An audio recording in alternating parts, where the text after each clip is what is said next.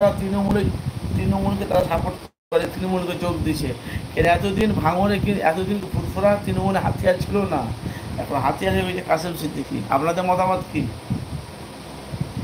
বাংলার মানুষের কাজ করতে পারবে তো? আলহামদুলিল্লাহ ভালো আছি। জি ভাইজান।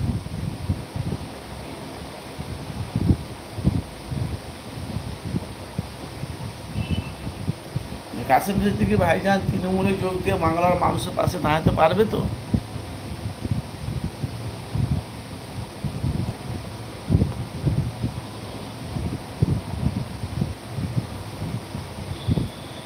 আচ্ছা, আপনি যে বলছেন বর্তমান ফুরফুরা শরীফে মানে ধর্ম ব্যবস্থা, আচ্ছা আপনি আপনি কি আপনি আপনি কি বলছে আল হাদিস নাকি? আপনি বলছে আপনি আল হাদিস? আমি আপনাকে বলছি বোন, আপনি আল হাদিস না লাউ যাবো কোনটা? আপনি ফুরফুরার বিরুদ্ধে নাকি? বলছে আপনি ফুরফুরার বিরুদ্ধে? দাদা হুজুরকে আল্লাহ পাক যে নিয়ামত করে আল্লাহ পাঠিয়েছে, হ্যাঁ,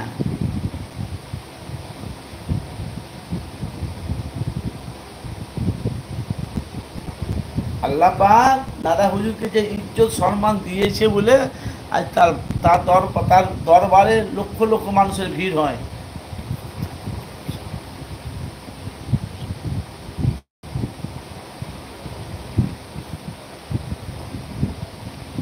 টাকা ছাড়া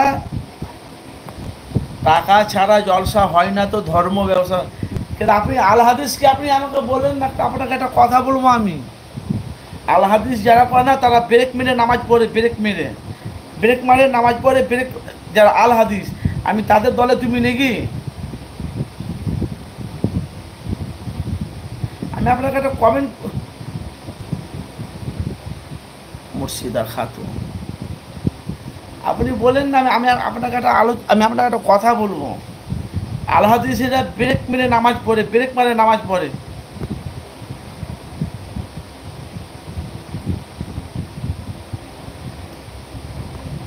তাহলে আপনি যে ধর্ম ব্যবসা বলছেন, কিন্তু আপনি বলেন না আপনি কি আল হাদিস, হানাফি না সাফি?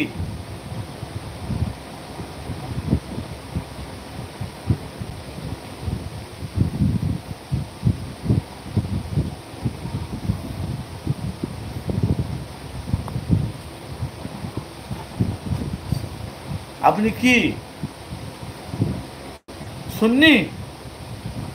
হানাফি। যে মহিলাটা এই ধর্মগুলোতে দিয়ে উল্টাপাল্টা কথা বলছে, হাদিস সম্পর্কে কোনো জ্ঞান আছে? এদের কোনো জ্ঞান নেই তো। আপনি বলছেন আপনি আপনি আপনি তাহলে বুঝে আমি হানাফ কি বললেন আপনি? মুর্শিদা খাতুন হানাফি। যারা ব্রেক মেরে নামাজ পড়ে না, এরা কিন্তু নবীর সানে দোয়া করে না, দোয়া পড়ে না। মাইয়া তো মরে গেলে কবরে এরা জিয়ারত করতে যায় না, এরা কবরে দোয়া করে না। যারা ব্রেক মেরে নামাজ পড়ে,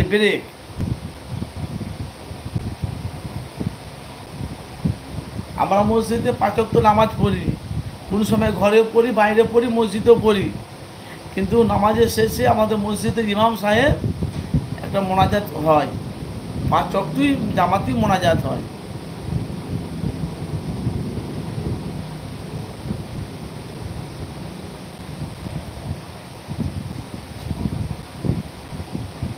ভাইজান যারা তার সাথে কথা বলছেন, কেন ও তো মোনাফিক? তাহলে ও আপনাকে মোনাফিক বললো কেন বলেন তো? আপনি উল্টো পাল্টা কমেন্ট করছেন তো ফুরফুরা শরীফ নিয়ে। আরে ধর্ম ব্যবসাটা তার পার্সোনাল, তোমার কি? তুমি কেন বলবে?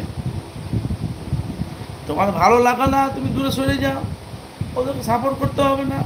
আমি একটা কথা বলছি, কেন কার সামনে গিপদ বলা যাবে না। সব কথা আল্লাহ যদি কাউকে ঘৃণা করে, গিপদ গাড়িকে আল্লাহ ঘৃণা করে, গিপদ গাড়ি। এবার সমাজ মেয়ে বুঝতে পেরেছ?